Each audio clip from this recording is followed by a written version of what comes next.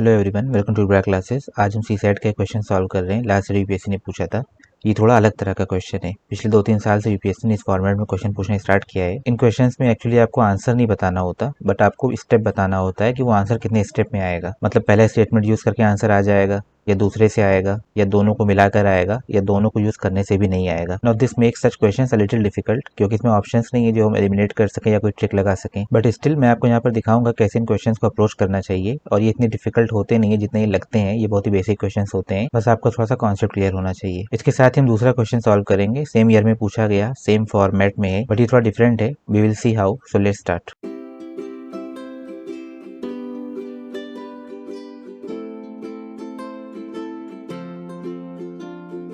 Starting with the first question, इसे बताना क्या है कि मनीषा की एज क्या है। What is the age of Manisha. इस क्वेश्चन का आंसर करने के लिए यहाँ पे दो स्टेटमेंट लिखे हुए हैं, स्टेटमेंट 1 एंड 2, और हमें बताना है कि इन दोनों में से किसका यूज करके हम मनीषा की एज बता सकते हैं। पहला स्टेटमेंट क्या कह रहा है कि Manisha is 24 years younger than her mother. दूसरे स्टेटमेंट में लिखा हुआ है 5 years later the ages of Manisha and her mother will be in the ratio of 3 and 5। Now आप पहला स्टेटमेंट पढ़िए जिसमें लिखा हुआ है मनीषा अपनी मदर से 24 साल छोटी है। आई मीन कोई सेंस है इस स्टेटमेंट का? इसमें बस डिफरेंस लिखा हुआ है। मनीषा की एज क्या है, उसके मदर की एज क्या है, हमें नहीं पता। बस दोनों के बीच गैप क्या है, वो 24 साल लिखा हुआ है। तो क्या आप इस स्टेटमेंट को यूज करके आप बता सकते हैं मनीषा की एज क्या है? कभी नहीं बता सकते। मतलब ए तो इसका आंसर कभी नहीं हो सकता कि आप स्टेटमेंट 1 यूज करके बता दें मनीषा की एज। ना दूसरा स्टेटमेंट आप पढ़िए, इसमें लिखा हुआ है कि 5 साल के बाद मनीषा और उसके मदर की जो भी एज है उनका रेशियो 3 एंड 5 होगा। ना एज के जो एकदम बेसिक क्वेश्चन होता है उसको सॉल्व करने के लिए हम क्या करते हैं कि अगर रेशियो दिया होता है तो उस रेशियो के बीच में जो गैप आ रहा है, उस गैप की वैल्यू अगर हमें पता हो तो हमें एज पता चल जाती है कि 3 की क्या वैल्यू आएगी, 5 की क्या वैल्यू आएगी। बट इस स्टेटमेंट में सिर्फ दोनों का रेशियो दिया हुआ है, गैप नहीं दिया हुआ है, गैप की वैल्यू का ये नहीं दिया हुआ है। तो हम इसको यूज करके एज नहीं बता सकते कि अगर 3 और 5 रेशियो है तो एज क्या होगा, वी डोंट नो। इसका ये मतलब हुआ कि हम स्टेटमेंट 2 यूज कर भी आंसर नहीं दे सकते। बट जैसा मैंने कहा कि इसके बीच में जो गैप है, अगर इसकी वैल्यू हमें पता हो तो हम आंसर बता सकते हैं। इस गैप का वैल्यू कहाँ लिखा हुआ है? जो स्टेटमेंट 1 में बात लिखी हुई है कि 24 ईयर्स यंगर है मनीषा अपनी मदर से, ये जो 24 ईयर है यही वो गैप है जिसकी हम बात कर रहे हैं। मतलब 24 ईयर का गैप है, और यहाँ पे वो गैप किससे डिनोट हुआ है? 2 से। 3 और 5 के बीच में 2 का गैप है, मतलब 2 की वैल्यू यहाँ पर हमें 24 दी हुई है। और 24 इसलिए कि एज के साथ एक अच्छी चीज ये है कि जो एज का डिफरेंस होता है वो हमेशा सेम रहता है, क्योंकि दोनों की एज साथ में बढ़ रही होगी। मनीषा जब जब बड़ी होगी 1 साल की, उसकी मदर भी 1 साल बड़ी होगी, तो ये गैप जो है 24 ही हमेशा रहेगा। तो 5 साल के बाद भी ये गैप 24 ही रहेगा, और इसकी वैल्यू हमेशा 2 की 24 ही रहेगी। तो 2 की वैल्यू अगर 24 है तो 1 की कितनी होगी? 12 होगी। तो अगर 1 की 12 है तो 3 की कितनी होगी? 36। और ये 36 मनीषा की एज है। अगर मदर की निकाली तो भी निकाल सकते हैं, 12 पंचे 60 होता है, मदर की एज 60 है। अब दोनों का डिफरेंस देख लीजिए, 24 ही आएगा। इसका क्या मतलब हुआ कि अगर हम दोनों स्टेटमेंट को साथ में यूज करें तो हम आंसर बता सकते हैं। इसका मतलब इस क्वेश्चन का आंसर क्या होगा? सी होगा, जिसमें लिखा हुआ है both statement 1 and statement 2 are sufficient to answer the question, right. तो यहाँ पर आपने देखा क्वेश्चन डिफरेंट तरह से फॉर्म था, बट इसमें बिल्कुल बेसिक एज का क्वेश्चन दिया हुआ था। अगर आपको कॉन्सेप्ट क्लियर है तो आप इसका आंसर बता सकते हैं कि एक स्टेटमेंट से आएगा या 2 से आएगा। नाउ जैसा मैंने बताया था कि इसके बाद हम एक और क्वेश्चन देखेंगे जो सेम फॉर्मेट में सेम ईयर में पूछा गया था, बट ये थोड़ा सा डिफरेंट है उससे, क्योंकि रीजनिंग का क्वेश्चन है। मेनली बैंकिंग एग्जाम में इस तरह के क्वेश्चन पूछे जाते हैं और वो बहुत डिफिकल्ट होते हैं, बहुत ढेर सारे क्लू लिखे होते हैं यहाँ पर। बट यहाँ पर आप देख सकते हैं बस 2 स्टेटमेंट है, 2 क्लू दिए हुए हैं, तो इतना डिफिकल्ट नहीं होना चाहिए इसको। तो क्वेश्चन में है क्या कि 6 लोग हैं ABCDEF, जो एक सर्कुलर टेबल पर इक्वी डिस्टेंट बैठे हुए हैं, एक दूसरे से बराबर की दूरी पर बैठे हुए हैं, और सारे अंदर देख रहे हैं, facing the centre of the table. इस क्वेश्चन में हमको बताना क्या है कि ए जो है, ए के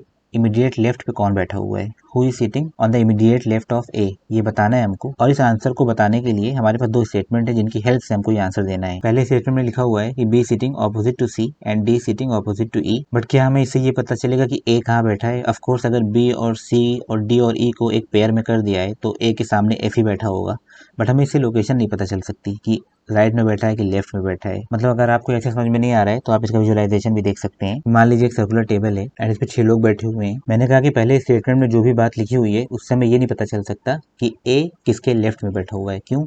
क्योंकि स्टेटमेंट में लिखा हुआ है कि बी जो है वो सी के ऑपोजिट में बैठा हुआ है। तो मान लीजिए बी यहाँ बैठा है, मान लीजिए यहाँ बैठा है, तो सी इसके सामने ही होगा जहाँ भी होगा। एंड दूसरा लिखा हुआ है कि डी जो है वो ई के ऑपोजिट में बैठा हुआ है, तो मान लीजिए डी यहाँ है तो ई इसके ऑपोजिट में होगा यहाँ। इस स्टेटमेंट से बस इतना क्लियर हुआ है कि ए और एफ जो है वो पेयर है। अगर क्वेश्चन में ये होता कि ए के सामने कौन बैठा है तो हमें इस स्टेटमेंट से पता चल जाता और हमारा आंसर हो जाता ए कि स्टेटमेंट मैंने alone is sufficient to answer the question. But हमें बताना है कि ए के इमीडिएट लेफ्ट में कौन बैठा हुआ है। इनफैक्ट जो हमने यहाँ पे ड्रॉ किया है बी के सामने सी, डी के सामने ई, ये भी हो सकता है सही ना हो सकता है डी ई जहाँ पे लिखा है बी सी वहां पर आए और बी सी जहाँ लिखा है डी ई वहां पर आए। एक चीज जो पक्की है यहाँ पर जो इस स्टेटमेंट से क्लियर हुई है वो यही हुई है कि बी और सी जहाँ भी आएंगे एक दूसरे के सामने आएंगे और डी और ई जहाँ भी आएंगे वो एक दूसरे के सामने आएंगे। बस इतना सा क्लियर हुआ है। कहाँ पे आएंगे ये हम नहीं बता सकते इस स्टेटमेंट से। दूसरा स्टेटमेंट क्या कह रहा है, F is sitting on the immediate left of B. ना दूसरे स्टेटमेंट से एटलीस्ट बी की पोजीशन क्लियर हो जाएगी। मान लीजिए बी जहाँ पे हमने रखा है वहीं पे रहने देंगे, बी को हटाएंगे नहीं वहां से, तो बी सेंटर में देख रहा है तो उसका लेफ्ट किधर आएगा, यहाँ पर आएगा। और यहाँ पर क्वेश्चन में क्या लिखा हुआ है कि f is sitting on the immediate left of b, मतलब f को हम यहाँ पर रख सकते हैं। तो अगर f वहां पर आएगा तो f के सामने a आएगा, राइट, क्योंकि a की और तो कोई जगह बची नहीं है। तो हमारी इस प्रोजेक्शन के हिसाब से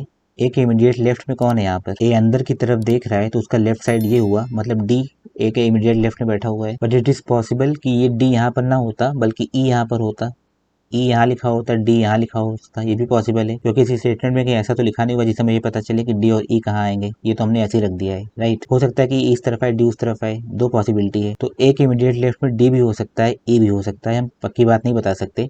इसका ये मतलब है कि हम इन दोनों को यूज करके नहीं बता सकते कि सही आंसर क्या होगा, ए के इमीडिएट लेफ्ट में कौन बैठा होगा। We can not say, it can not be determined, इसलिए इसका आंसर डी हो जाएगा कि both statement 1 and statement 2 are not sufficient to answer the question. दोनों को यूज करके भी हम आंसर नहीं बता सकते। आपने देखा कैसे लास्ट में दो पॉसिबल केस हो सकते थे, डी और ई इधर उधर भी हो सकते हैं, ई हो सकता है इधर हो या डी इधर हो, तो ए के बगल में दोनों आ सकते हैं। इस वजह से इसका आंसर डी हो जाएगा। तो आई होप आपको समझ में आया हो कि ऐसे क्वेश्चंस को कैसे अप्रोच करते हैं और कैसे क्वेश्चन इतने डिफिकल्ट नहीं होते जितना इस फॉर्मेट की वजह से लगते हैं। अगर आपका कॉन्सेप्ट क्लियर हो, आपको पता हो कि क्वेश्चन को सॉल्व कैसे करते हैं। जैसे हमने एज वाला क्वेश्चन देखा था तो मैंने वहाँ पे बताया कि सबसे बेसिक क्वेश्चन है कि अगर रेशियो हो तो बीच का गैप हम देखकर नंबर निकाल लेते हैं। इस वजह से हमने दोनों को यूज करके नंबर निकाल लिया। और यहाँ पर भी अगर आपको सिटिंग अरेंजमेंट का क्वेश्चन आता है तो आप वैसे ही बता सकते हैं कि किस क्लू से हमें क्या पता चलता है। ऐसे क्वेश्चंस में जब तक पोजीशन क्लियर नहीं होती किसी की तब तक हम पक्की बात नहीं कह सकते। जैसे यहाँ पर डी और ई की पोजीशन क्लियर नहीं थी, इस वजह से हमारा आंसर नहीं आया कि ए के लेफ्ट में कौन बैठा होगा, राइट। सो आई होप आपको ये सोल्यूशन और एक्सप्लेनेशन दोनों समझ में आया हो। आपको ये वीडियो कैसी लगी आप मुझे कमेंट करके बताएं एंड प्लीज हमारे चैनल को सब्सक्राइब करें क्योंकि इस तरह की वीडियोस हम रेगुलरली लाते रहते हैं।